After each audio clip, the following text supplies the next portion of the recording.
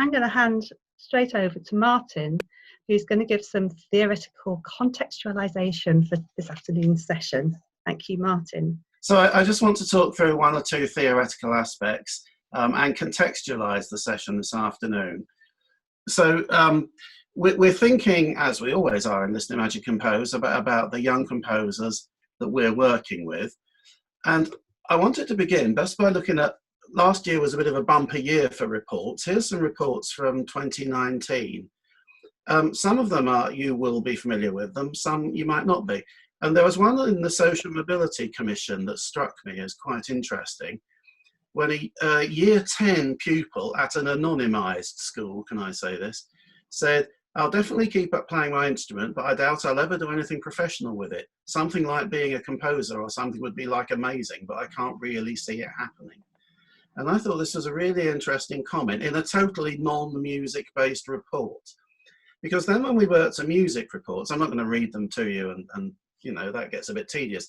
The Can Compose report, I'll be talking about again in a moment, but there's the key word in there is signposting of opportunities. And that's one of the things that I think it would be useful for us to think about this afternoon.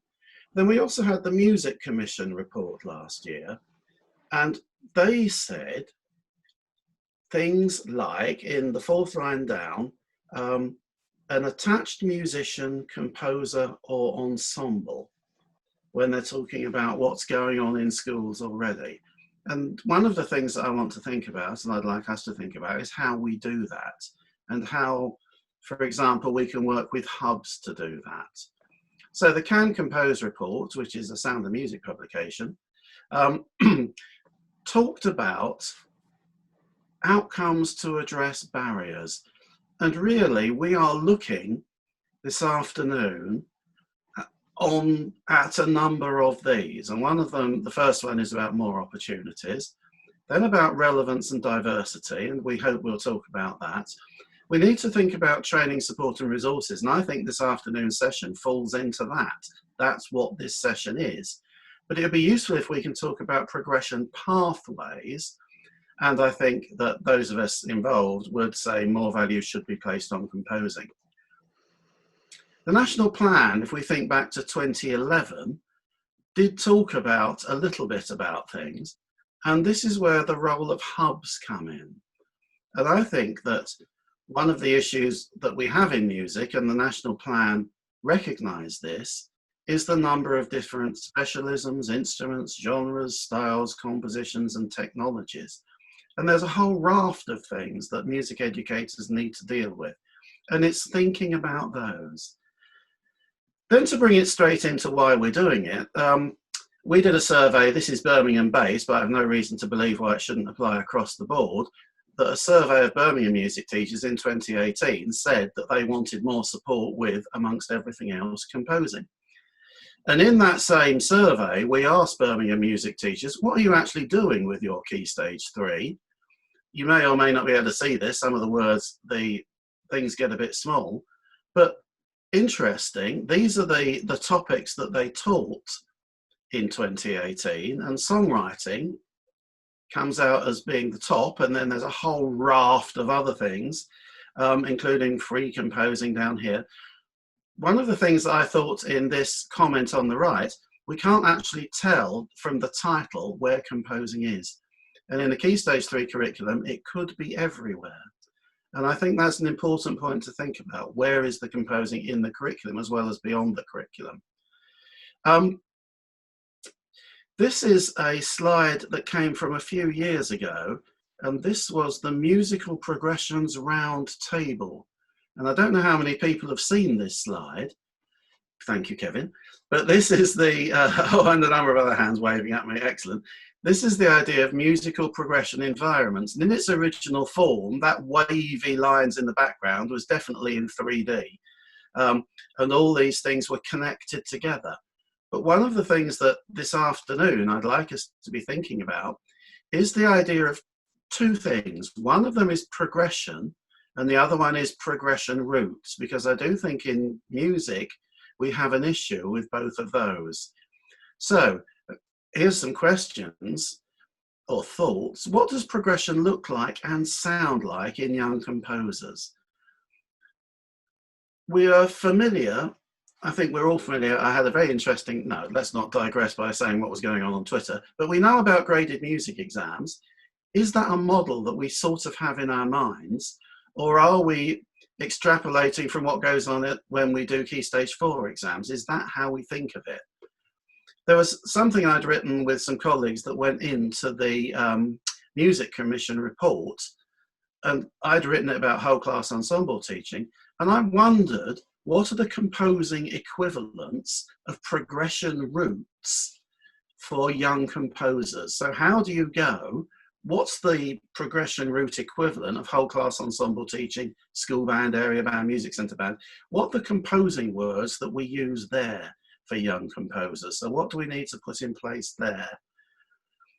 So this week's questions, you'll know if you've been watching previous episodes that I'm dropping a few questions in to help with our theoretical contextualisation. There's questions about how do our curricula for composing join up with extra or extended curricular activities, theme for the afternoon. Then is composing integrated or separated within school curricula? And that relates to that big long chart that I showed you. Where do we place it?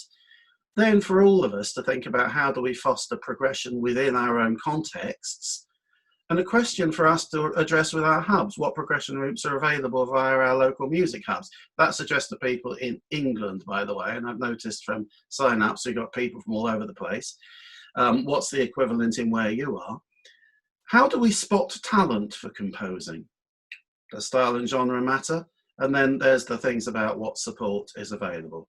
And as ever, this presentation will be sent around to you or put on the website. Those are the references. And that's my 5 minutes of contextualisation. So enough from me, over to someone else. Over to me just briefly, just to say thank you, Martin, and I should perhaps put the Can Compose report, which Sound and Music produced, last October. I'll put that on the Listen, Manage and Compose website as well with today's resources. Thank you for drawing on that. So, bearing some of those questions in mind, I'm going to hand straight over to Stephen Berryman, who's going to talk about sort of how he supported composers, young composers, in and out of the classroom in the context that he works in. Over to you. Thanks, Judith. I'll share my screen so you can see my PowerPoint. It's really fantastic. Thank you, Judith, for inviting me. It's really great to join you this afternoon. And I've taught composition now probably about 17 years. And I've done lots of different things in music. At the moment, I'm Director of Music at City of London School for Girls and Cultural and Creative Learning Strategic Lead for the City of London. So I work across a family of schools.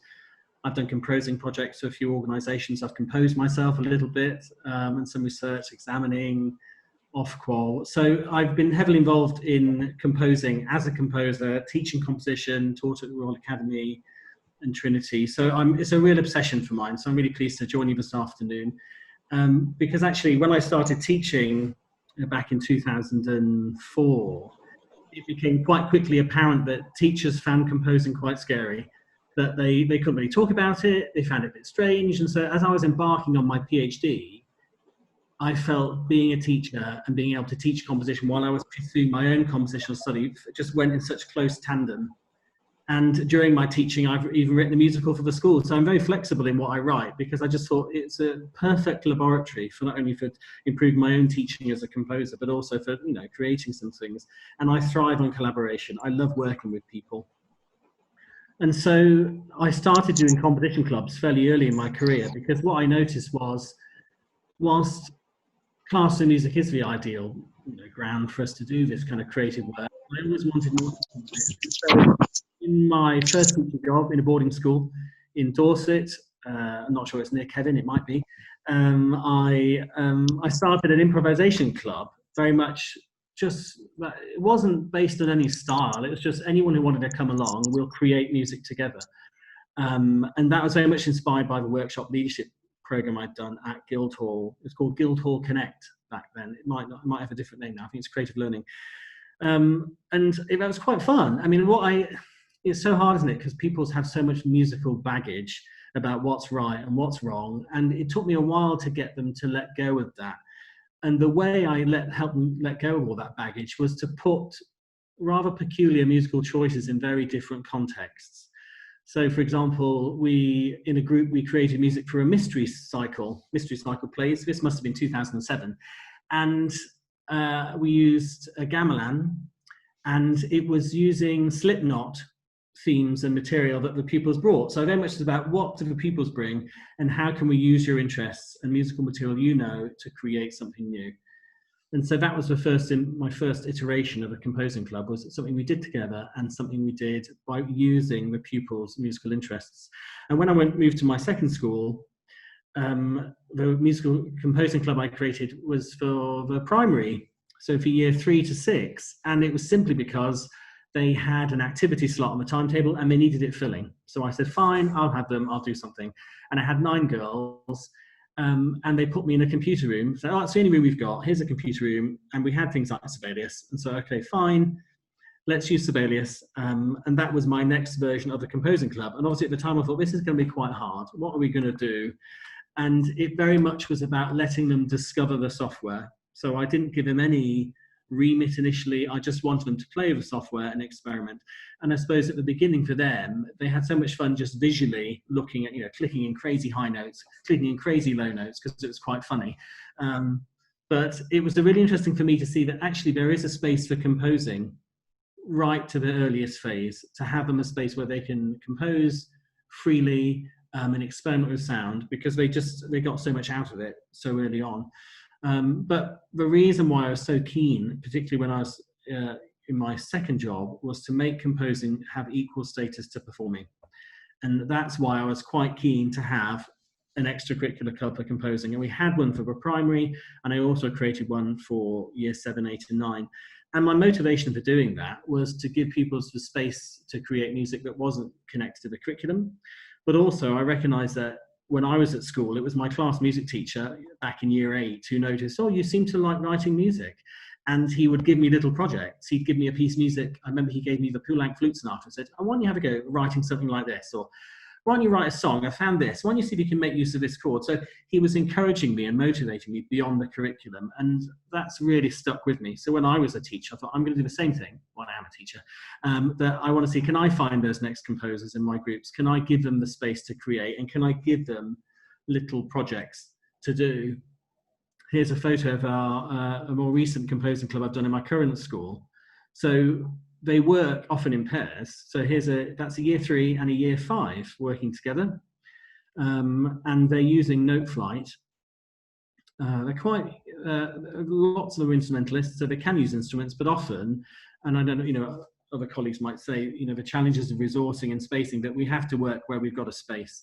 And so often when I have a composing club, I have to go wherever the room is free. And that was the only room I've got with computers in, but they really quite enjoy the novelty of it. Obviously they are restricted, you can see this is very crotchet heavy composition, but I've really enjoyed matching up younger girls with older girls. I mean, it's been really interesting to see them work in groups.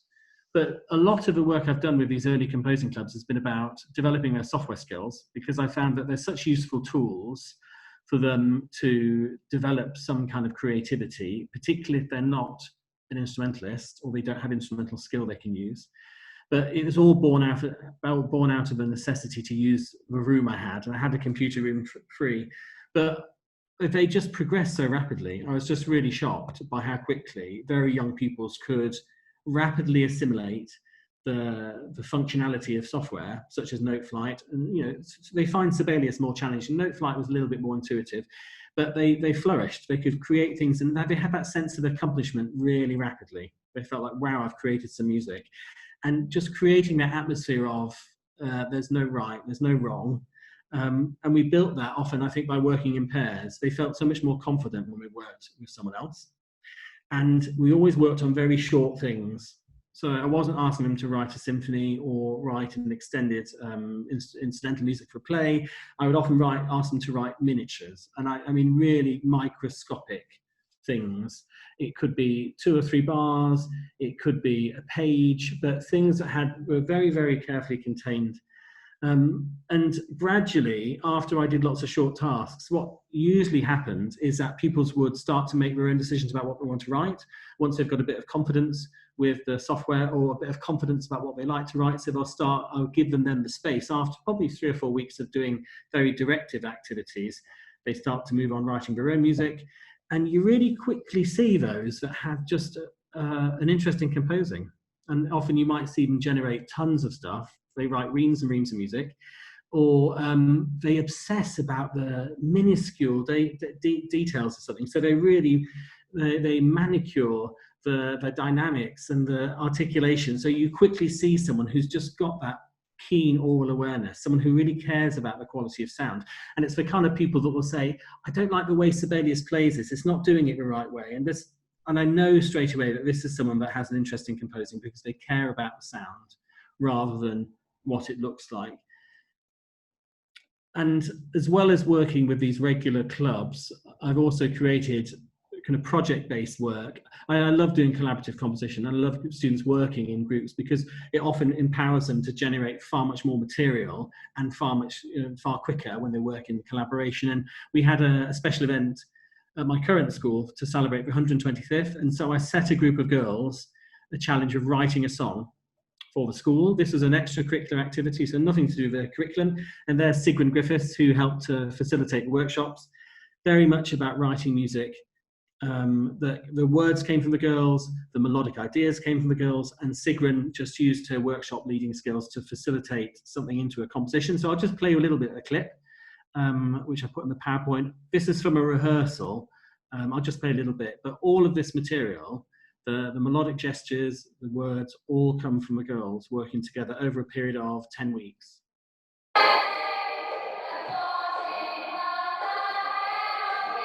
Can I check you can hear that?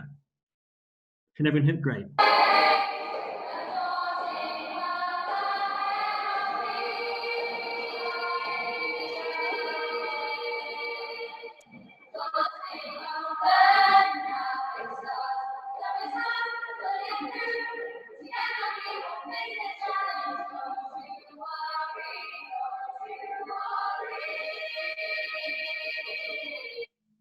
I mean, it's really inspiring. I mean, I don't know, Sigrun's a miracle worker. I don't know how she does it, but everything came from the girls. And watching her work, I realized she made no musical decisions. The girls chose the harmonies and everyone had a voice. And so helping the girls understand that you are composing, you are behaving as composers when you do this kind of work. And we've done a similar project in the City of London on a bigger scale with 14 schools. So this is a similar project. They had to create a song for the city. Sigrun again, because she's so good, I can't keep booking her. But we have pupils from across the family. We've got primary pupils there, senior, and a similar kind of process happened over 2 terms where pupils were working in smaller groups to devise material, and then Sigrun and Paul Griffiths would assemble this into something bigger. But it's all played from memory. All the pupils have internalized this group composition.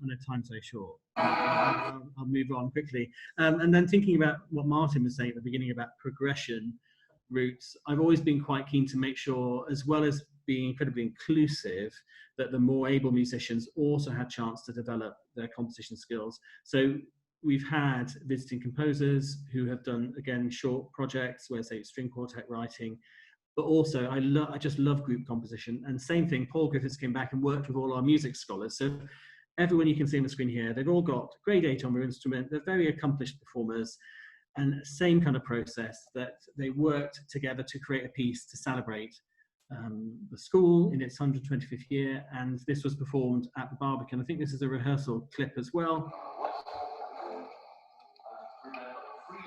Oh, hopefully I'll put some, yeah.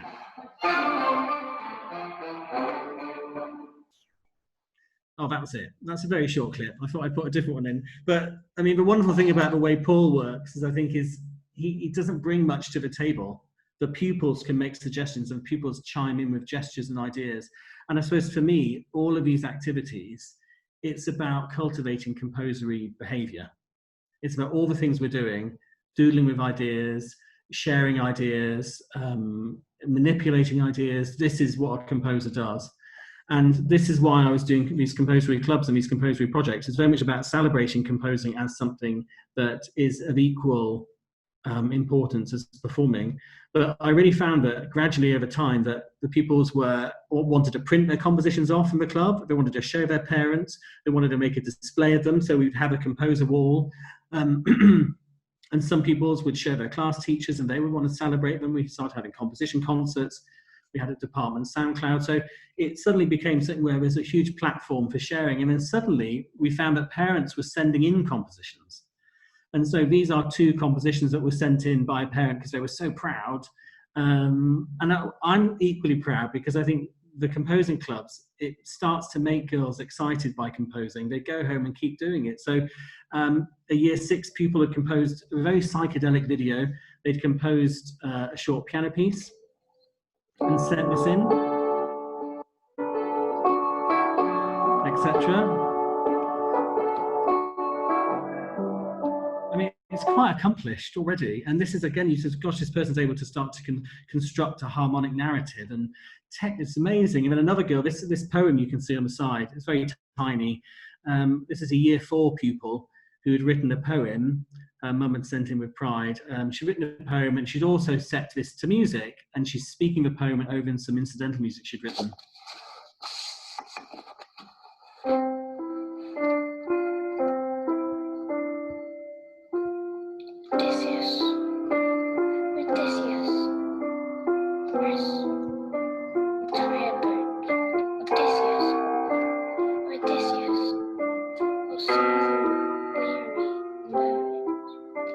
I'll pause it there because I know time is very short.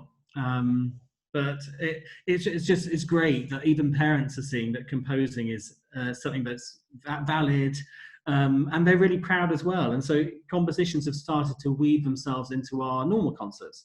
And so all concerts will often have a piece by a pupil, as well as having bespoke composition concerts.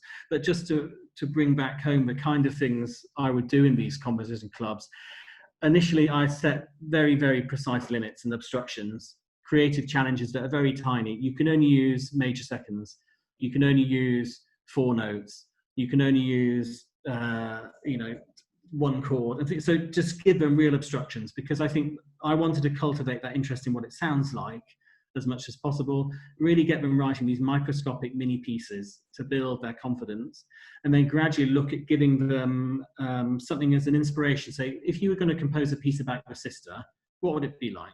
Or if I gave them a title, such as A Bird Soaring Over a Landscape, what would that sound like?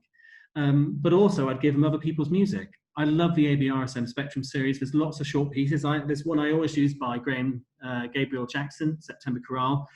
I know it's a complete piece, but it looks incomplete. So I'd give them that piece and say, okay, I need you to finish this piece off. Here's the title. What would it sound like if it was called Rocky Mountain in Canada or something like that? But it was all about just doodling and playing around with sound. And the club also, I had to make sure there's space to share and celebrate each other's works. And also have those kind of clubs where it could be a clinic for supporting, say, Key Stage 4 or Key Stage 5 curriculum work. And thinking about what I might do differently if I had to keep these going is, I think I would definitely cultivate more freedom, so pupils have more space to make some more decisions. I think I'm a bit at the beginning, certainly I set them lots of quite precise tasks, but they really like developing skills. They really like feeling they've got confidence with whatever composing tools they use, be that pen and paper, a piano, or if they're using software. I think they really like the fact that they're developing their skills. But also to make sure, if I do keep these going, that there's always a regular platform to share, be that in performance, be that on the wall, or be that on SoundCloud. Thank you very much. Thank you, Stephen. That's great, and really nice to hear about a range of different things that you've done. And I'm particularly interested as a parent who's stood at the school gate and said, "Oh, I work in I work to support young people to compose, and people go, well, why do you compose? And that whole sort of parents not even realizing sometimes that composing is such an important part of music making, in the way, you know, you would expect a child to paint a picture or write a poem. Why not compose a piece? I think that what Joe has to say, Joe's next, and I'm going to pass straight over to you. I think Joe's going to pick up on some of those themes as well, but welcome, Joe. Hi, so I'm going to try sharing my screen as well.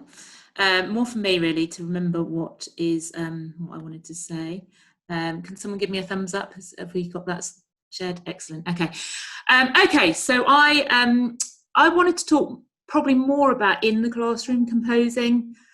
We have done composing outside of the classroom, but I just feel like I've probably got more experience in talking about this.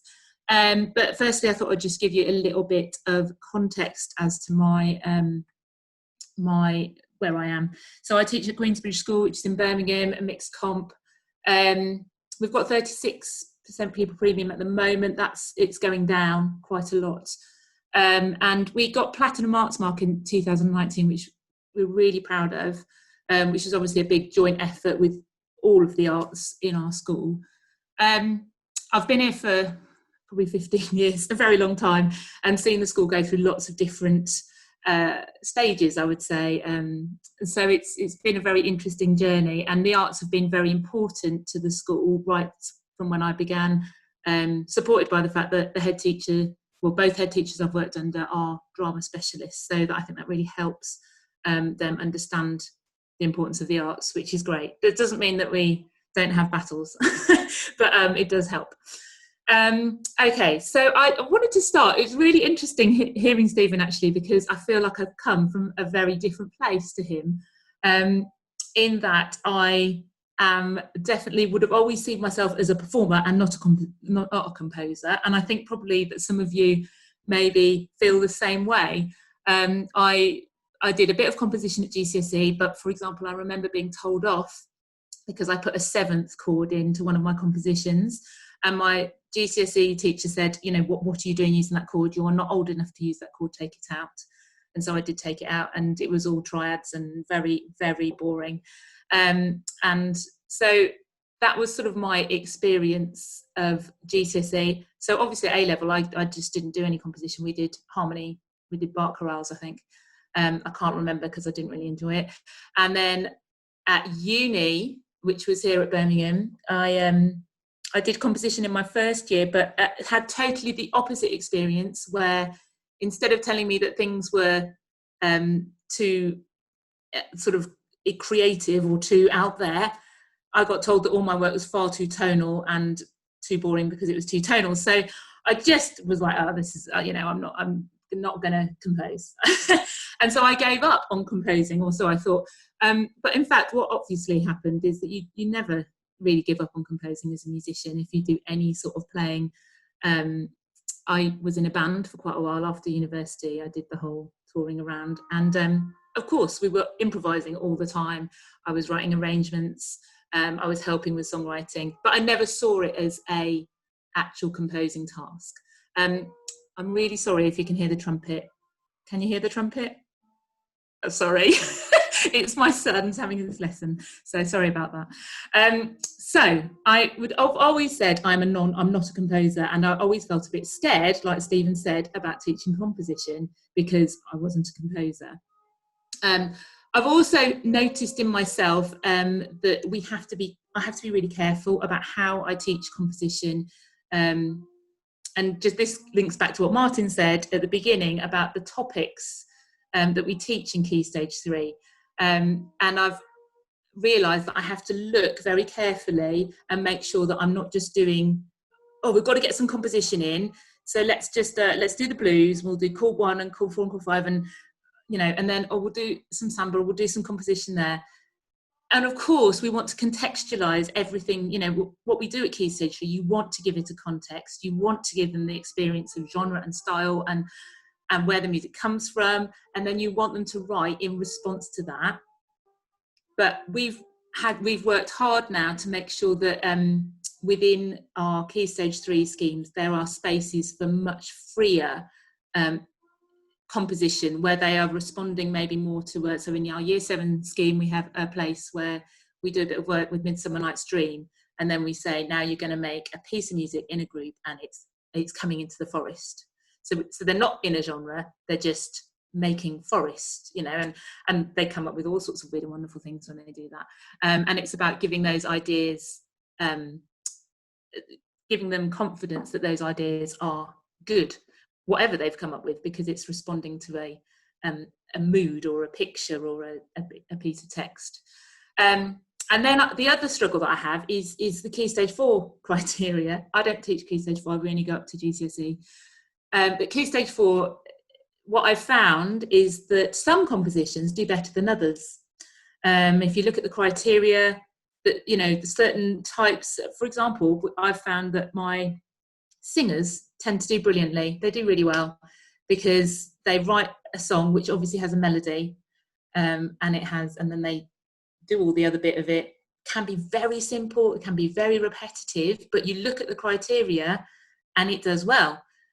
Whereas someone who's been much more adventurous maybe doesn't get the same level of marks because maybe they've been too adventurous and they haven't quite got the coherence that the mark scheme wants. But actually their ideas are bigger, they're more ambitious, they've gone to greater, you know, sort of more exciting places, and yet they can't get those marks. So I've always felt a bit restrained there, that we have to be really careful, because actually I want my pupils to do well in their exams, but then there's the whole, I want my pupils to become more fully rounded musicians, and sometimes those two are in tension with each other. So that's sort of where I come from personally, and yeah, I need to get on here. Right, okay, so benefits of having musicians into school. So I wanted to talk about live musicians, actual musicians, and composers coming into the school and doing stuff with us. And so there's a few things that I've got here that have massively benefited us. This is the obvious one. It's new, exciting, it's different, it gives the kids wider horizons, it inspires them. You know, at the end of the day, you're their teacher and you're a bit boring. And so having something else come in can be really sort of, it's for some kids, I've noticed it's just, they've moved on leaps and bounds, just even after one workshop, because they've seen something different in the person that's come in, or the people that have come in. Now, this is a biggie. I think because of all the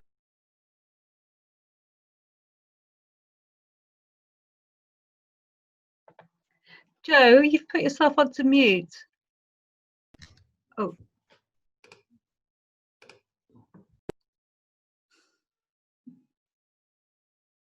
I think I was muted. It gave me a message saying I've been muted. Okay, are we on now? Good.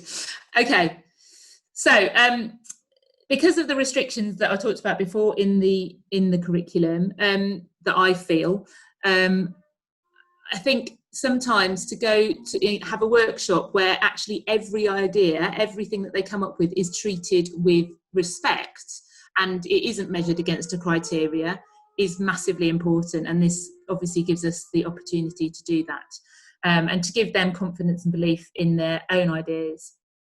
I've already talked about this a little bit. Sometimes, you know, I think sometimes that teachers are seen as teachers and musicians are seen as musicians, which is a shame, and we need to do everything we can for that not to be seen.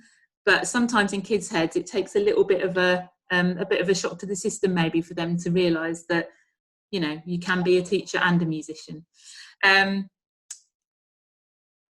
Okay, so this is from the most recent. This is the workshop we had with BCMG just before the lockdown, actually. I think maybe just a couple of weeks before. And on the with the cello picture here, you can see Elaine Ackers, I think it is, who's a musician with BCMG, working with this is my Year 10 GCSE group. And then here, David Horn, who we heard from in the first session of these days, sort of directing the whole group in a group composition. And this class, it was really interesting. It's a boy. I always have more boys doing GCSE music at my school, partly because we're heavier on boys. And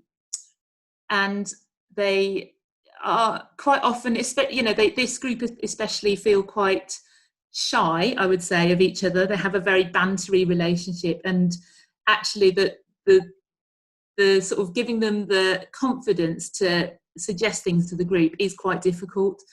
And this really pushed them on to take those risks in front of each other.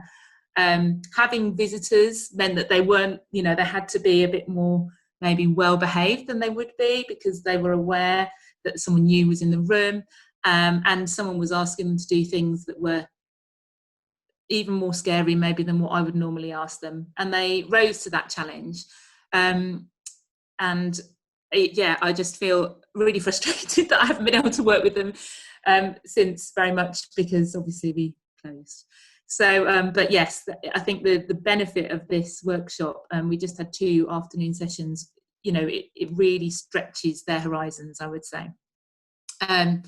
So I just wanted to talk a little bit about how you maximise the impact of having someone come into your lesson, because I think the setting up of these workshops or sessions that you have, days, whatever they are, is hugely important in order for it to be really impactful. Now, obviously, careful planning as much as possible, and sometimes it's really hard. I think teachers and organisations that aren't teachers have to work really hard to understand each other and to understand the constraints of maybe working in a school. You know, when you say to someone, well, we can't do an hour, we have to do 45 minutes because then it's lunchtime, and it just seems a bit silly to maybe someone who's like, well, can they go and lunch at a different time? But, you know, schools are so rigid in some ways. So yeah, thinking about your curriculum. Now, obviously, I've just talked about how you can take them away from the curriculum, and I think that is important. But at the same time, they have to know that this is going to impact them. So talking with the kids maybe about how this is helping them to become composers, like Stephen was saying, you know, showing those composer-like behaviours, and that is going to then benefit them. They want to know that it's going to be of benefit to them, I guess.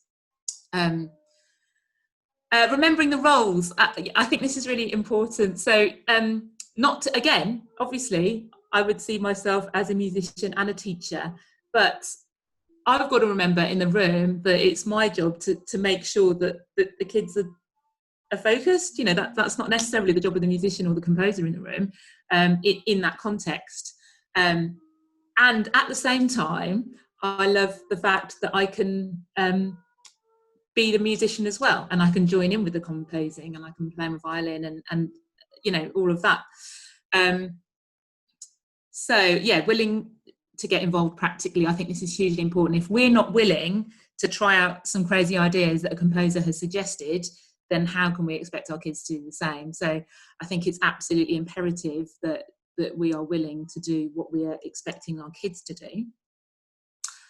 Preparing the pupils, that's hugely important. I think, you know, they need to know that maybe if you've got someone coming in to do, you know, explore the idea of sound, that's going to be probably quite different to what they've maybe talked about before. And so to really prepare them for that happening.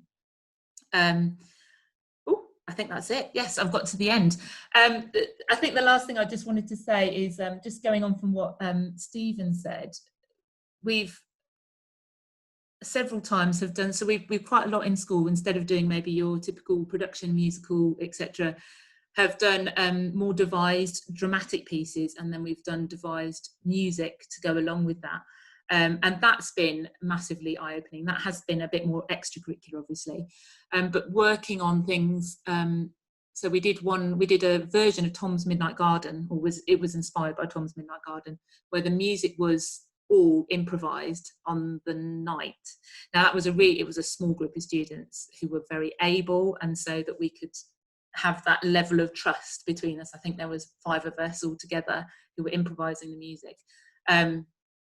But yeah, using things like that, an actual event to compose for, I've really seen leaps and bounds again in the students who have been involved in that. So having that opportunity to maybe push those ones that are showing promise in that area has been brilliant. Okay, I think that's me done. I will stop sharing. Thank you, Jo. That's really interesting. and there's a funny, oh yes, that's better. Okay, that's great. I'm going to pass straight to Kevin Rogers now, who is, I've worked with Kevin for quite a long time, and then I thought I wasn't going to work with Kevin anymore because he retired, but here he is. Happy days. So Kevin, I'll let you introduce yourself, and I'm sure lots of people will know you anyway. Thank you. It's great to be working back with you all again, actually.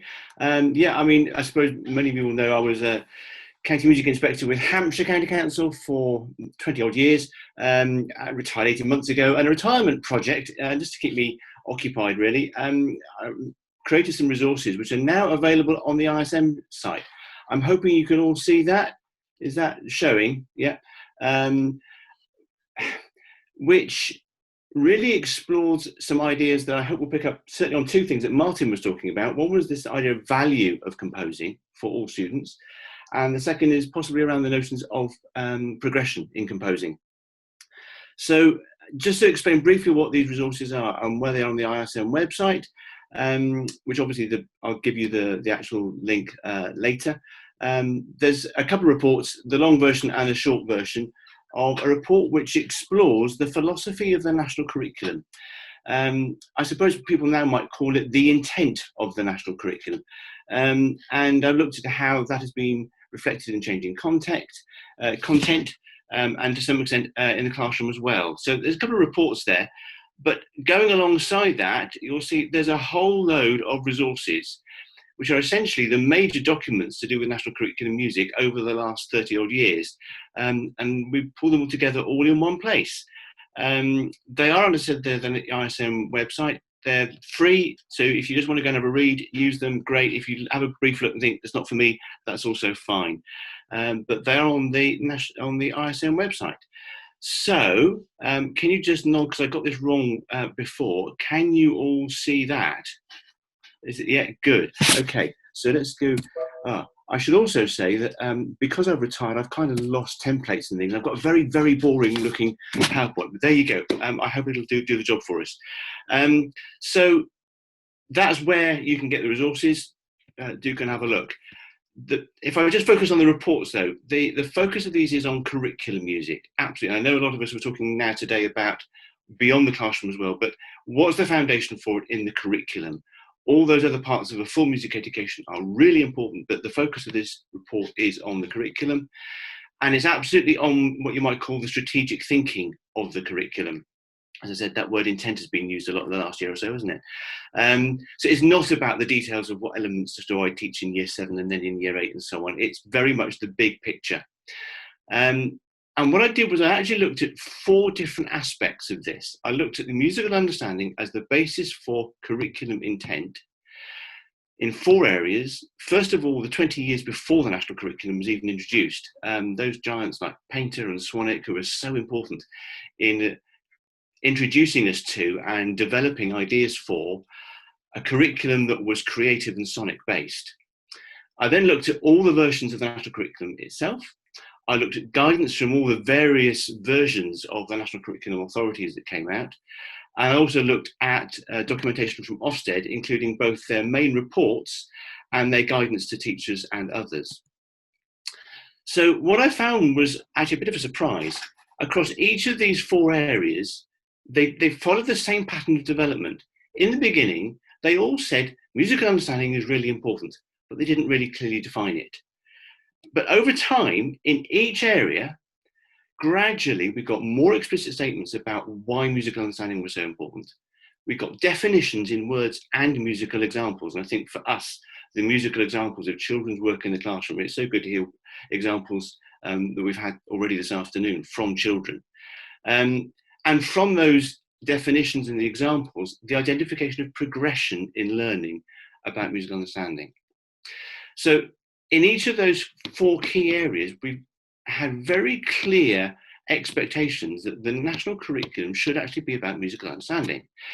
We might therefore ask, why isn't musical understanding at the heart of our discourse on curriculum music more frequently? You know, normally, if you talk with a group of music teachers and say, what's it about? They'll talk about performing and composing and listening and appraising. They won't necessarily talk about musical understanding. The short answer might be there was a big hiatus in '92 when the first national curriculum came out. thank you to Ken Clark, the then Secretary of State, and the National Curriculum Council. And they shifted what had been proposed as music through musical understanding, developed by some kind of holistic musical learning, through to music being, well, you study the bits of the music through atomized learning and the separated performing, proposing, listening and appraising, and don't forget the elements of music, they're really important. You can look at the reports, there's more detail on why that happened, but it created an orthodoxy, and it created an orthodoxy which has been very, very difficult to shift. And I think you can almost argue that those 4 areas that I've looked at, the fact that they gradually became more explicit, insisted on definitions, identified the progression in the learning, it does suggest that people were actually thinking that what was happening in the classroom may not have been quite what was originally intended. So that's the background to the reports and the resources. So what's the relevance for composing now? And I think there's 2. The first is about musical understanding being a form of knowledge.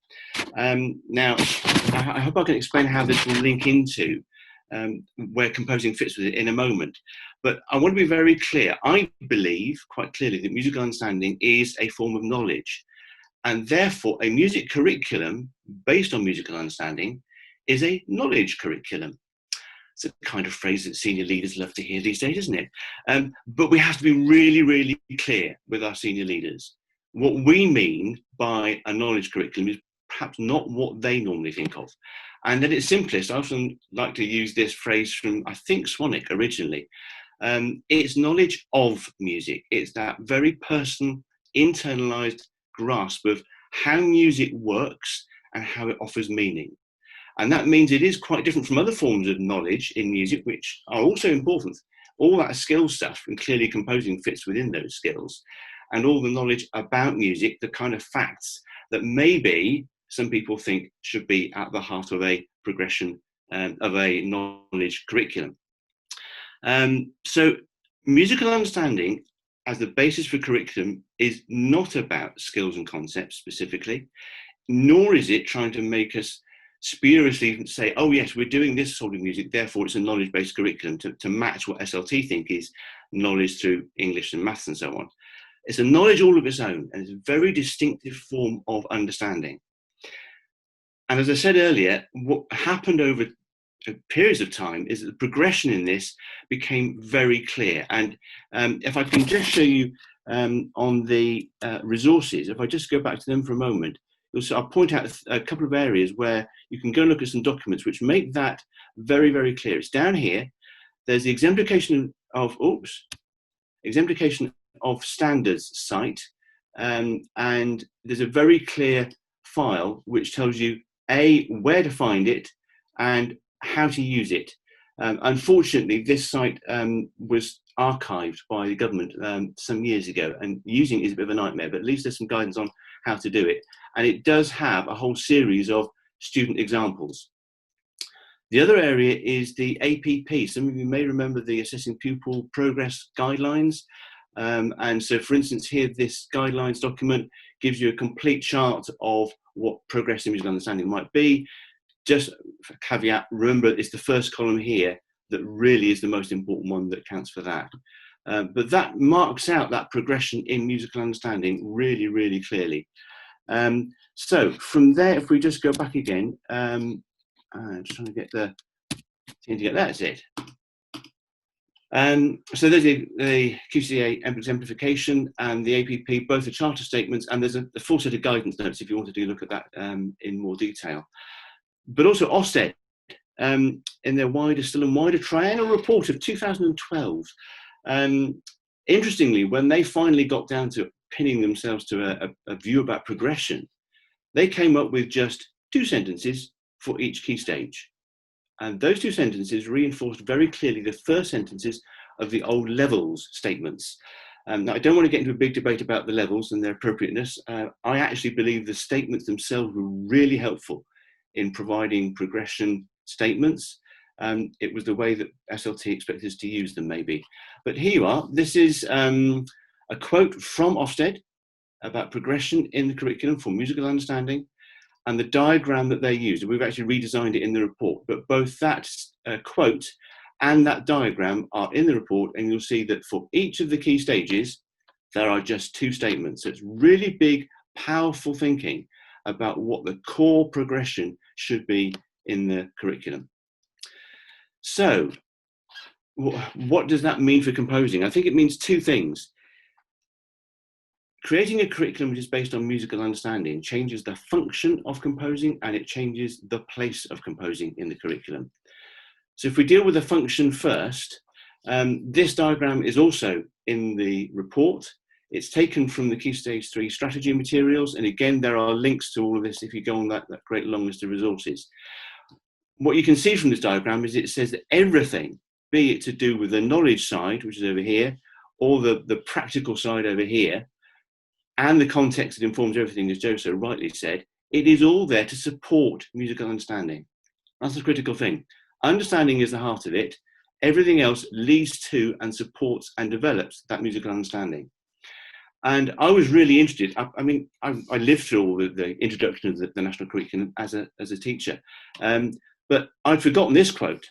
The working group for the original 1992 document said that composing, because of its central importance to the development of musical understanding, should retain a clear identity. I find it really interesting now looking back at that. It doesn't say that composing is intrinsically important. Maybe a controversial statement. They said it's important because it supports the development of musical understanding. So its function is to support understanding. So what about its place within the units, as Joe was describing, and forgive me, Joe, for what I now say sounds a bit like a cruel caricature of it. But I mean, to some extent, the current orthodoxy, as I said, it's been ever since the national curriculum was introduced. And to be clear as well, I don't blame teachers for this. It's how it was presented in that 1992 hiatus.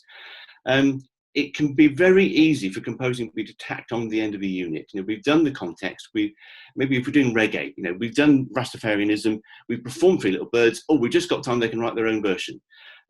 So that's a cruel caricature, but that kind of work I do see very often. So if we change it and ask ourselves the first question, what stage of musical understanding have the students reached? And how can we use composing-centered challenges to develop that learning? I think we get something very different. And I've got three brief examples here. Again, maybe you're doing reggae. The first word there, patterns, devices, processes, they're the three words I had in my head for key parts of Key Stage 3 progression. So at the early stages, you might present the students just with cards on them. And on those cards, there's either chord sequences or some bass riffs or some melodic patterns. Can they mix and match them and manage to create their own combination of sounds that work? Maybe that works for one part of the piece. Let's go on to another one now. Maybe that could become the chorus. How do you mix and match those into patterns? If you move on to devices in their understanding, can we set them a challenge? And I quite like the challenges that Stephen was suggesting. 30-second intro, that might even be too much. 3 instruments, you can only use that very clear device, one of those key ingredients of reggae, which is that kind of repeated C major, D minor, E minor, D minor effect. And do that with a slow tempo. That is a challenge. Or if you take them a stage further, how do you actually write a song? You know, some people like to start from the rhythms, the drum kit, the chord sequence, then add the riffs, and then they add melodic line. You might do that in the verse. Now we've got the chorus. Change the process. Start with the melodic line. Create that first, and then add the chords, then add the riffs. What's the process? So it's a very different way of placing composing within the curriculum. It's not there as a task. It's there to support the stage of understanding that the children have reached. And I think I have seen over the years, those teachers who've taken this on find 2 things. First of all, composing becomes the heart of curriculum learning. I've often wondered why units are based largely on performing rather than composing. And I think if we can turn it on its head, we really give that value to composing that was introduced by Martin right at the beginning. And the second thing is, composing outcomes show much greater diversity. Instead of that thing of writing to a formula, I find that children want to take their creative exploration beyond the classroom because they've got their ideas they want. It becomes much more exciting. And I think that's it. Thank you, Kevin. You're under time as well. Lots of food for thought there. Okay. Just to sort of outline the rest of the afternoon as it's shaping up, then we're actually going to take a short break now. And I'm going to have a little interlude. People who've been to previous sessions will be aware that we've set homework tasks in previous sessions, and last week we were talking about music technology, and Nick, who was with us earlier, I think he's disappeared now, Nick set us the task of creating a short piece of music using a delay function on a DAW. So I've got a few pieces on SoundCloud that I'd like to share with you, but we're going to take 10 minutes to go and get a cup of tea and whatever else you need to do while I play the music. After that break at 3:10, Rachel Shapey is going to talk to us, and I know that she's going to again sort of focus more on the out of school, working in schools but outside of the curriculum with pupils. We've got a chance for a discussion to talk about what's working for you and sort of compare and contrast ideas before Rachel sets us this week's task to take home with us. So time for a break. I'm going to share my screen and play my SoundCloud. I have to do some digital faff. So we had 4, and I'm just going to play them in order. I can't remember which in which. So this first one is by Bex Lewis, and it's called Delay.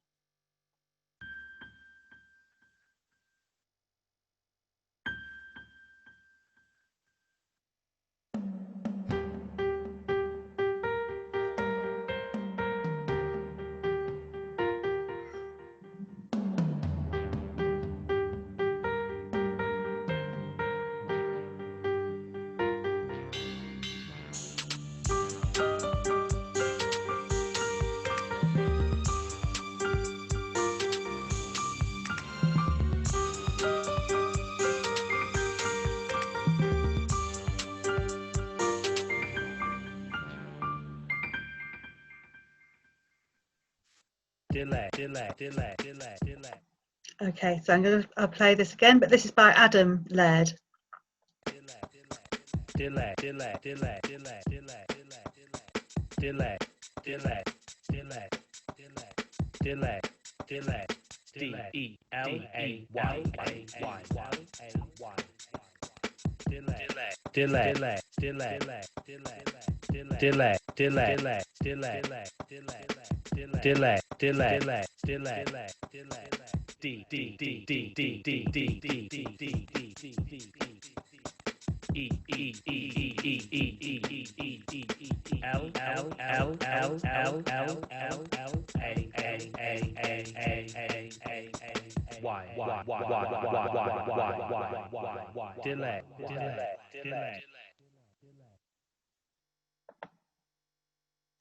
Thank you, Adam.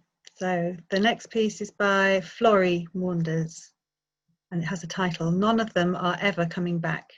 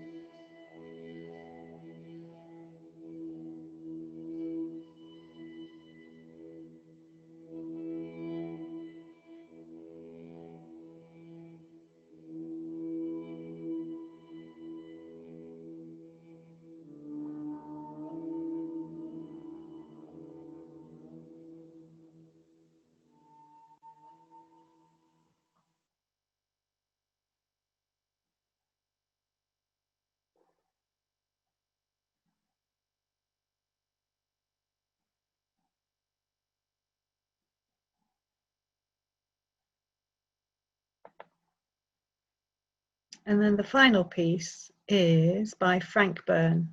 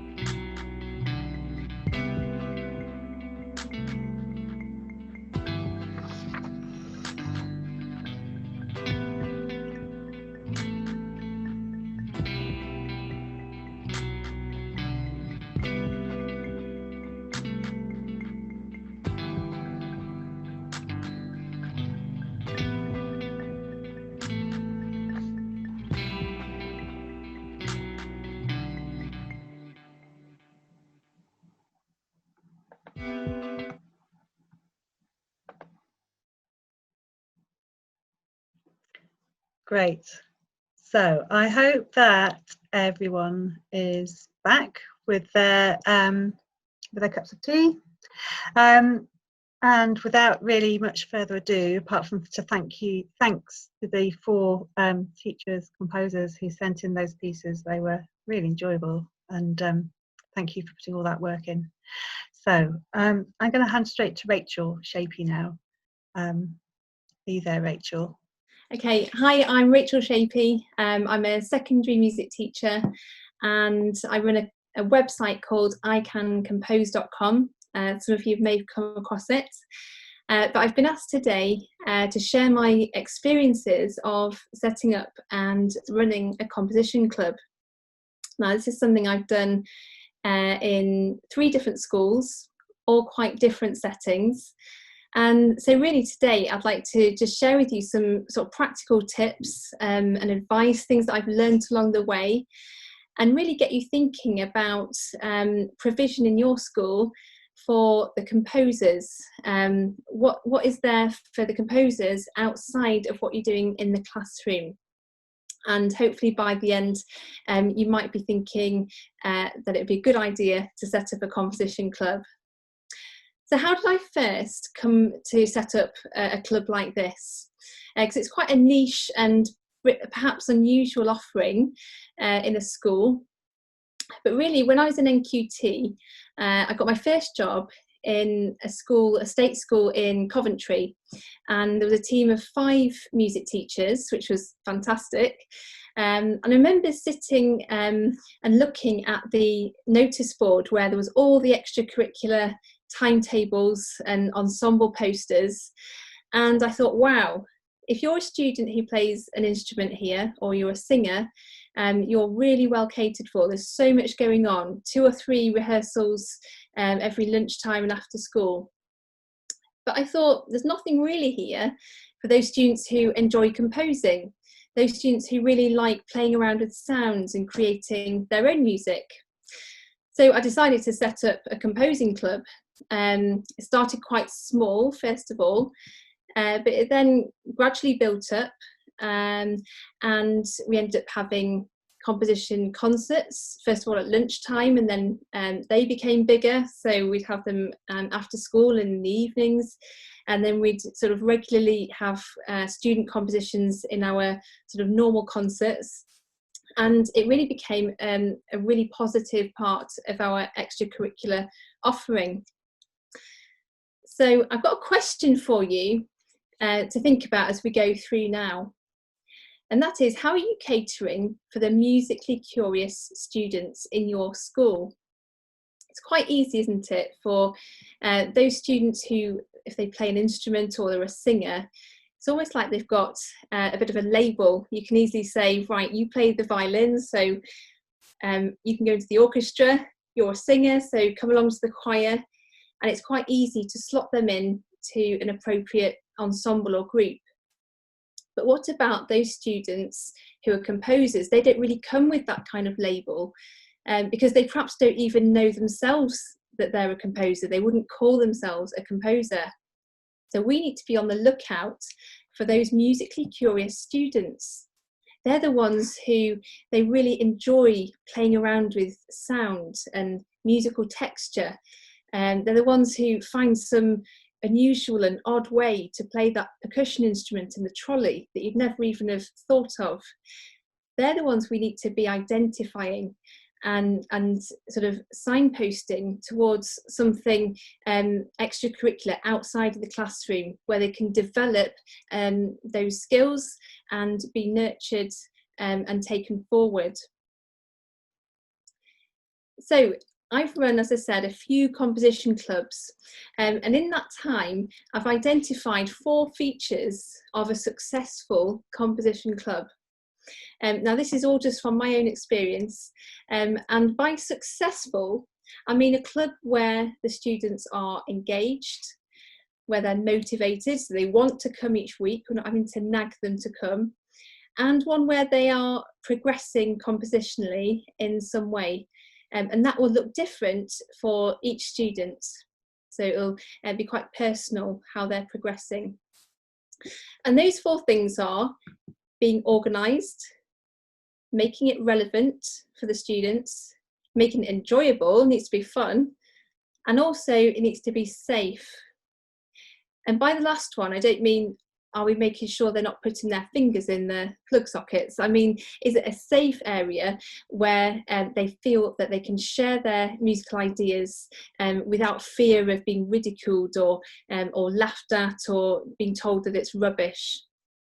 So let's go through each of these 4 things in turn, and hopefully you might get some practical tips if you decide to run your own composition club. So first of all, being organised. Now I found that running a composing club was very different to any other music extracurricular group that I ran as well.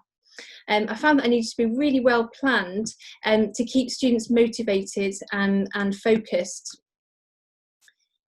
So I'm just clicking that there. So the first thing I did with that very first composing club was to establish a core group. Now the idea of this was to get it off the ground, to get it up and running.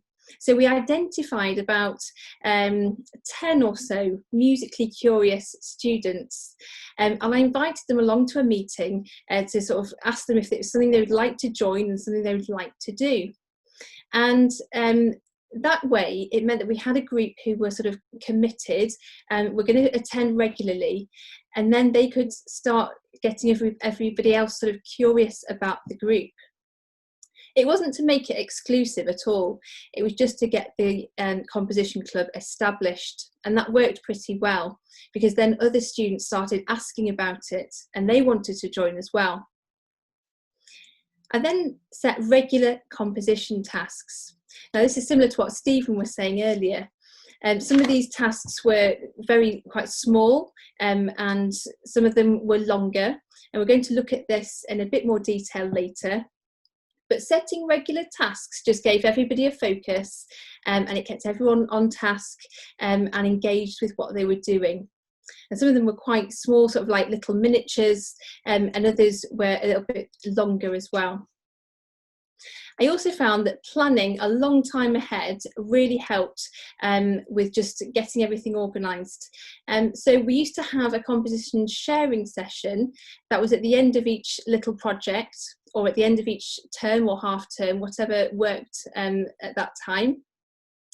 And that meant that sometimes I would invite form tutors along, sometimes we'd invite heads of year, the head teacher, trying to get SLT in as much as possible. It just meant that they could then share in what students had been doing every Tuesday lunchtime, because actually a lot of them had no idea and were pleasantly surprised when they saw what had been going on.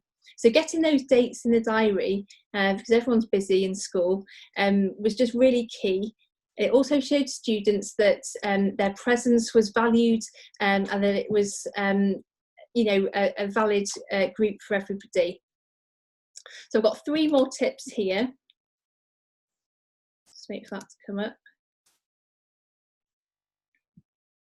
So one thing that I tried after about a term was to have a dedicated online area for club members. So a few years ago, Google Classroom was quite a new and novel and exciting thing. I mean, everyone's using it now. But what I did was I set up a classroom especially for the club.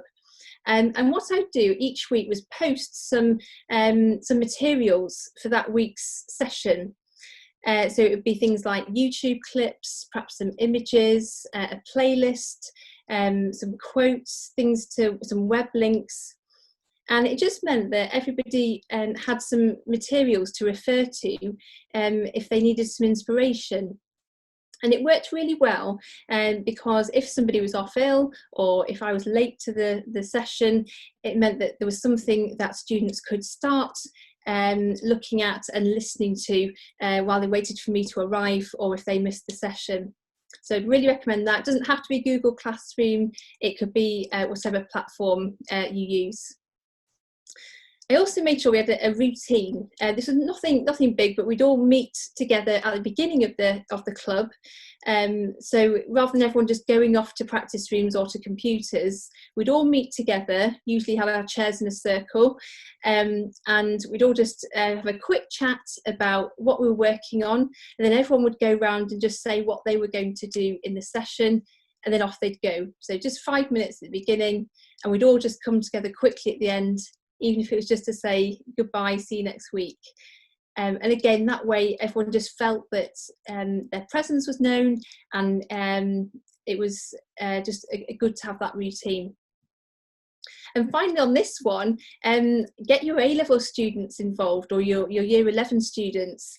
It's really good to have an extra pair of hands. And I find that usually they're quite willing to do this. But just to have somebody else in the room who can help with technical issues. If you can't make it one week, they can perhaps supervise. Also just gives those younger students an older role model, somebody to look up to, someone they can say hi to in the corridor. And it just sort of changes the dynamic a little bit so that you don't feel like you're on your own running the group all the time.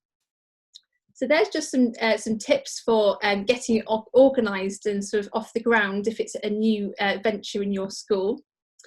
Let's have a look at the second one. So making it relevant.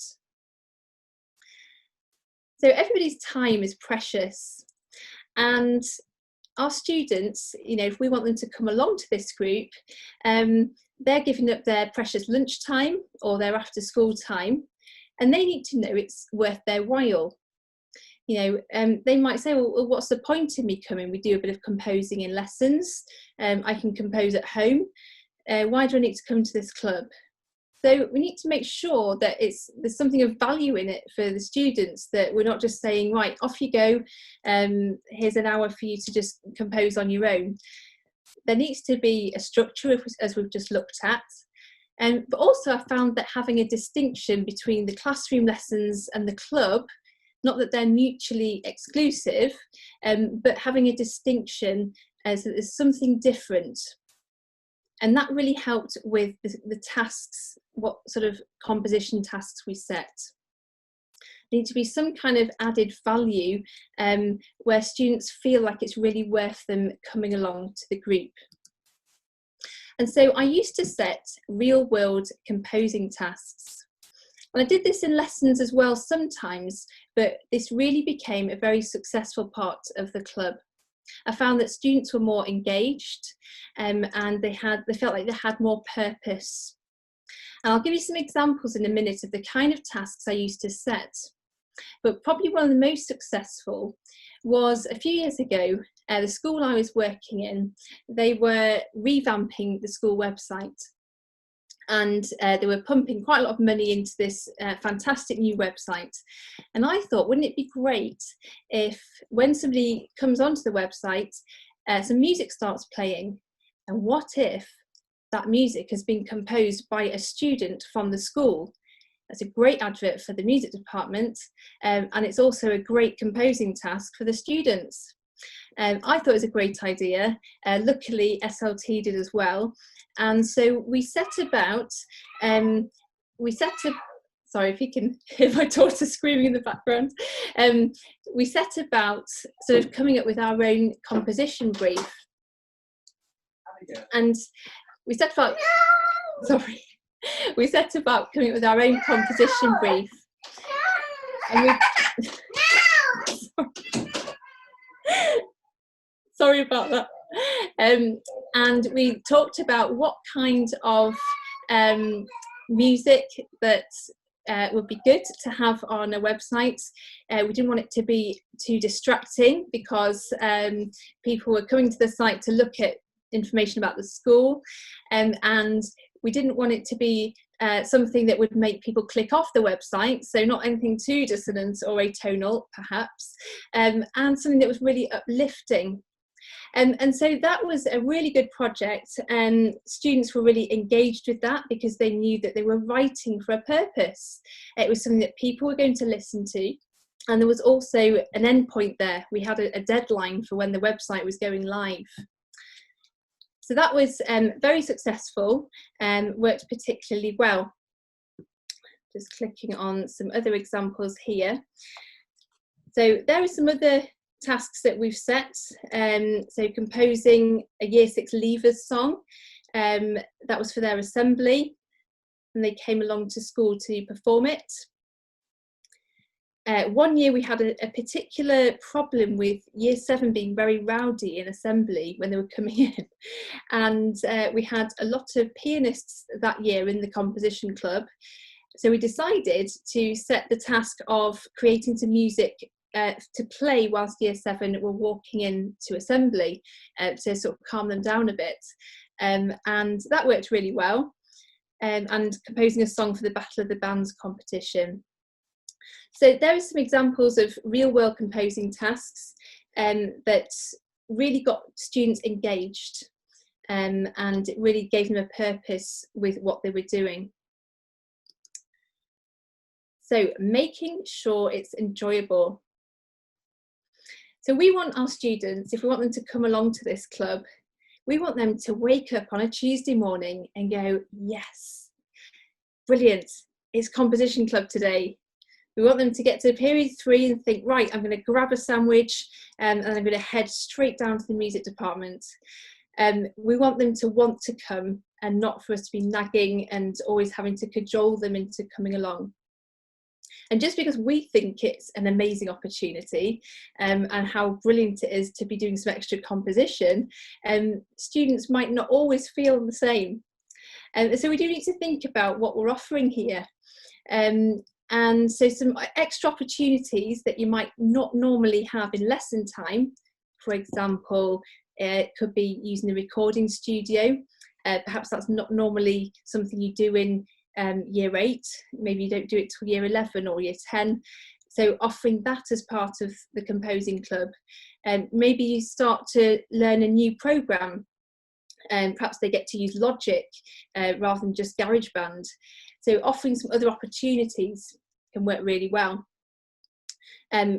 With one club that I had, we actually went along to the Royal Northern College of Music, where the degree students were having the playthroughs of their degree compositions. So Manchester Camerata were playing through them, and we took the club along, and they were the audience, and we looked at how a composer interacted with the performers. And it was a really fascinating experience, and the composing club thought it was brilliant because they got to go out of school and have this special trip. So see what opportunities you can offer there. A cake rota is always a good idea, so get students to bring in a cake each week. That sort of happened by accident in one club that I ran, but they all just started deciding that each week they'd bring in a homemade cake, which was fine by me, but it became a really fun part of the club. And finally on here, just seeking out the positive. And what I mean by that is that for some students, this club could be the only positive thing in their week. I remember having a student who had quite a difficult home life. He was often in detention, or he'd been excluded a couple of times, and he found it quite difficult to focus in lessons. And I noticed in one lesson that he was particularly engaged. We were working on GarageBand, and he was really focused on how he was sort of putting the sounds in and what he was recording in. He was still there at the end of the lesson when everyone had left.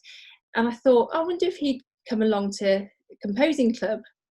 And he wasn't sure about it because it wasn't very cool. But he did actually come. I mentioned the cake, and that, you know, got him along.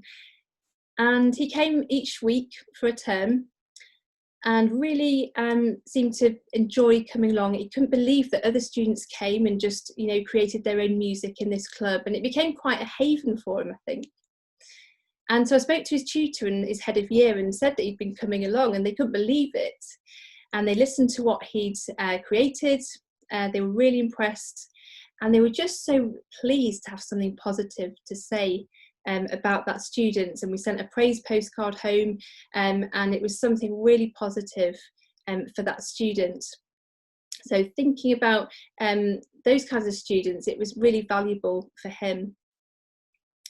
So let's look now at making it safe. So how can we promote a positive, creative sharing atmosphere?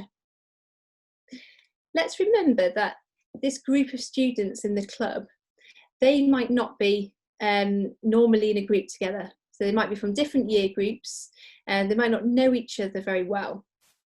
And when we share our musical ideas that we've come up with, we make ourselves quite vulnerable, don't we? And, you know, we don't want to be ridiculed. We don't want somebody to say it's rubbish. And we need to feel safe, and we need to feel confident that we can share our ideas.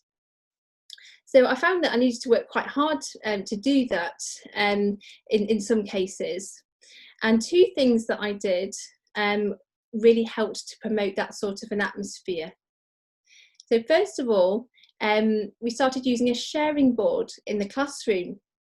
Really, this started off because we had an empty board in the classroom. I wanted to put something on it, and I thought, let's have a composer's corner. And we started by putting some inspirational quotes from composers. I started putting some sort of listening suggestions up there, and having some playlists. And then we started to put little melodic snippets and maybe a chord pattern that someone had come up with. We used to pin that up on there as well, so that people could start to get inspired by sharing things on this board. And actually, classes who had their curriculum lessons in the room, they started to get curious. What's this board all about?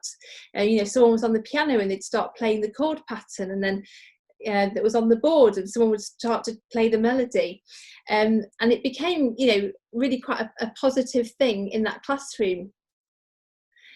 And the other thing that we did, as I mentioned earlier, we had a composition sharing session. So at the end of each task, at the end of each half term or term, we'd have a sharing session where we'd perhaps sort of everyone would share what they'd done that term. We'd invite tutors, heads of year, the head teacher, anybody who would like to come along and share in those sessions to celebrate what students had been doing in the club. So I'm hoping that that's given you some ideas, perhaps some practical tips, perhaps got you inspired to start your own composing club. It's really rewarding, and it'd be great if you wanted to have a look at the blog post that I wrote a year ago. There's the link. Just go to icancompose.com and you'll see the blog post with that image there. I think that's me sorted. Thank you very much, Rachel. That was really interesting. Great. So at this point, I know that you'll be bursting to sort of have some discussion time and sort of share some practice amongst yourselves. So this is that moment. We're going to go into breakout groups for 10 to 15 minutes.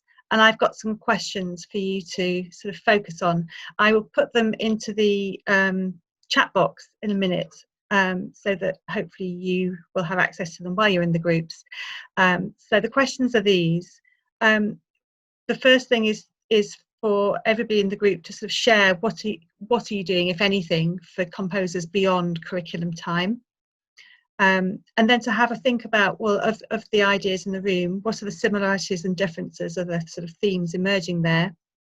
And as a supplementary to that, is there anything you've heard today that you would consider taking forwards, you know, sort of when you're back in school again? Welcome back, everybody.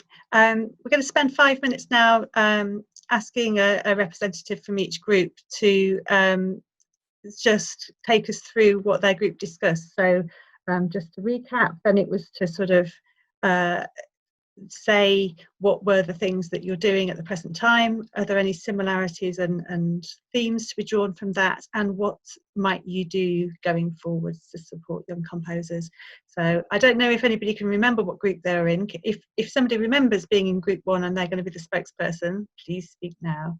We mostly spoke about composing clubs in schools, and the idea that sometimes this is like an extra burden on an otherwise very busy music department, and we talked about some of the very good practice or encouraging practice around students being self-motivating and able to do composing clubs or composing groups themselves, and where you have students who are keen on composing, maybe just the most useful thing that we can give them as music teachers or as composers or music educators, whatever it is you are, is to just give them some kind of space in which they can work and some space to compose, and then to give them performance opportunities afterwards, so that they know that their music is being heard and being listened to. We also spoke briefly about the role of local music hubs in the same way that, you know, in your school you may have a whole load of excellent vocalists, that there would be a county choir or a city choir that they could go and join. If there was possibly if there's any provision for, you know, a county-wide composition club or a city-wide composition club. And it seems to be that in most instances this isn't really something which is happening on a regular basis. That was about it, really. I'll shut up and pass over to group 3, shall I? Yes, group 3, please. I think that's us. We talked about how the group work composition works really well. We were inspired to make I think everyone here is kind of now going to make a composition club. That's basically what we decided. Like, everyone's going to do that. Like, I saw this on Zoom, and I'm going to make a composition club. So we just thought, yes, that's it. We also like the idea of real world scenarios. For me, I do like a song for Christmas every year, and the kids get literally to put that onto iTunes, and they can sell their music, and that kind of has a real resonance with them. Like, and I give them the money that they sell. So it's like, oh, really? We can sell the stuff that we make? Yes, and I'll give you whatever you make. It's like, yes, it's fine. It's not coming out of my budget. It costs £30. It's really easy to do. Very, very recommended. There's other things like giving them real world scenarios about how to make like a music business model, the whole idea about music in productions, but the whole making it relevant thing really, really resonate with us. We also talked about how the compositions for, I don't know, year 8 blues music, how does that work, and how does that progress into our GCSE composition? When's the first time that these kids actually sit down on a computer and compose something to a brief or something? And we discussed, like, maybe sometimes it's year 10, maybe it's year 7. You know, there's an idea of what does our Key Stage 3 composition kind of a curriculum have an impact on our GCSE stuff.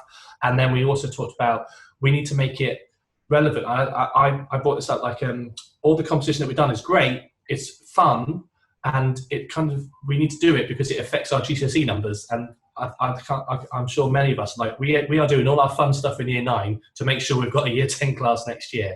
And a lot of those people, what are we doing to make it fun and interesting? That's me. That's group 3. Thank you. Before we hand over to group 4, can I just make a request that once you've reported back, could you put that in the chat as well? And then I can get the text and I can write it up and put it on the website so that everybody can sort of be reminded of this. So over to group 4, please. Group 4. We started off with Elizabeth, and she's undergrad, but was talking about the collaboration side of things and how important that is for sharing, for meeting. She mentioned meeting people outside of the department and forming, understanding their work. And is that right, Elizabeth, and sort of the relationships between the composers? Yeah, so having in an undergraduate department, having composers working with filmmakers and writers and animators to get them collaborating on projects outside of their discipline for their own learning and for applied practice. They get very excited about that. What she said.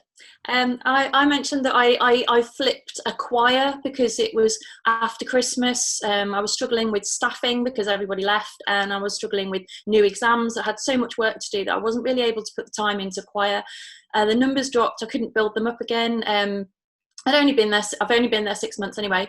So I turned what was a little choir of 6 or 7 kids into song club. So we'd spend 10-15 minutes learning a song, doing some harmonies, using microphones, learning how to be on stage. And then we'd spend half an hour, 40 minutes actually writing their own songs. And then the next week they'd try learning those and sort of using the two together. I think a few of us mentioned in terms of taking things forward. We liked the sharing board idea from Rachel. I thought that was brilliant. It's just such a simple idea, but like Elizabeth said, also the FOMO, it's fear of missing out. Oh, what's this about? Why aren't I involved? And then slowly but surely asking the questions. So I think that was about it. Thank you. If you could put it in the chat again, that'd be great. And over to group 5. Hi there. So we realised at the start of our chat that we all had something in common, which was that we felt we lacked confidence as performers trying to teach composition. And then our conversation moved on to sort of what could be summarised as issues around sort of student voice and as how students have their own identity in composition and how we can encourage that, even if we're not identifying as composers ourselves. And Maureen talked about if composers are composing in a style that we're not very encultured in, so if they're writing a piece of hip hop or they're writing a piece of electronica that's not from our background at all, how we can help them. And Kevin talked about how you can use questioning in that sense. So you're not putting your own ideals onto their composition, that you're just teasing out ideas. And then we talked about sort of problems with assessment and how assessment criteria sort of again push onto the students our own ideals about the composition, and how we need to get around that to encourage students to have their own voice and let them decide what they want their composition to sound like, rather than us deciding it in advance. Thanks, Zoe. And again, if you could put that in the chat, that would be great. And over to group 6. Hi, it's me again. So we talked about, we were all quite encouraged by the idea of composition, after school composition clubs again, so like Adam's group. We were sort of inspired by that and by Rachel's experience and also her website. I didn't have a look, but some people had a look and said it looked great. We talked a bit about the challenges logistically sometimes of composition as compared to performance, and maybe, you know, especially when you're doing group composition and you've got limited space, and how do you overcome that? There's lots of different ways of trying to be creative about enabling kids to compose in groups and yet not have to listen to all of the other groups composing at the same time, which just is not very conducive to a good experience. So the fact that there maybe is more logistical challenges to composition than there is to performance, which is maybe another reason why we slip down the performance route more easily. We were really quite challenged by a lot of what Kevin said about the musical understanding, and that composition should be at the very heart of that and the heart of the curriculum, and how to, I mean, I was saying when I was trained, Martin very clearly told me that I needed to have composition, performance and listening in every lesson, and but the challenges of doing that in a way that is significant enough to make a difference to kids and their musical understanding. And so how we managed to hold all those things together. We probably sort of questioned more than we came up with answers, but it was really helpful. And I think the challenges that Kevin gave, I think, are maybe the biggest things that will make us all go away and look at our curriculum and our schemes and stuff. Thank you. I'll put it in chat. Thank you. You knew what I was going to say. The last group is group 7. Hi there.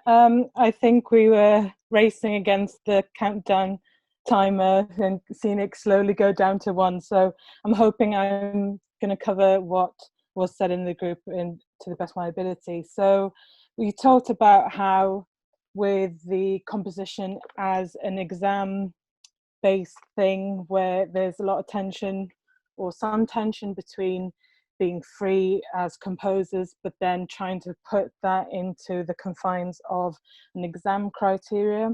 We also spoke about composition projects now during COVID and how we felt that composition was taking more of a priority and something that was more accessible during this time, and that students were more willing to put forward ideas and contacting about ideas and saying, oh, have a look at this, oh, what do you think of this, which is really nice and heartwarming. And perhaps that is because they feel a bit more hidden and safe behind a screen rather than in front of you in real life. We also talked about the perceptions of what students think is musically good and bad, and why they might be hesitant to put forward ideas, and where does that idea come from. We also spoke about reviewing the space of composition, and if we allowing enough space for composition and meaningful composition within our curricula, and keep reviewing those. And we also spoke about primary experiences and whether year 7 and what year 7 have had during their primary experience influences what they do in year 7 and beyond, and how we have to deal with that in a sense. Yeah. Great, thank you very much. And again, if you can pop that in the chat, that would be brilliant. So I know that we are slightly over time now, and I hope that you can stay with us just for a few more minutes. I'm going to hand back to Rachel, who is going to set this week's homework task, and then I'll wrap up the session. So over to Rachel. So in our group, a few people said they liked that phrase, musically curious students. So I want you to think about your musically curious students and imagine you're going to set up a composition club. Some of you might do that in reality. And think up 4 real-world composing tasks that you could set in the club. I thought it'd be great if we could have a sort of bank of ideas that we could all sort of dip into. And then, you know, we're not having to think of quite so many. Think about what would students need to get started, how would the composition be realised, and anything else that would sort of be important for that. So that's the task. Thank you, Rachel. So I will type that up, and I'll do a follow-up email that goes out to everybody in the next day or so. So I will put that homework task in the follow-up email. If everybody could send their ideas by email to me, and I'll put my email address in that email, then I can collate everything, and eventually it will go onto the Listen, Imagine, Compose website, and that, again, that can be shared with everybody, so that we've just got a sort of big crowdsourced list of ideas. I think that's a fun thing to do.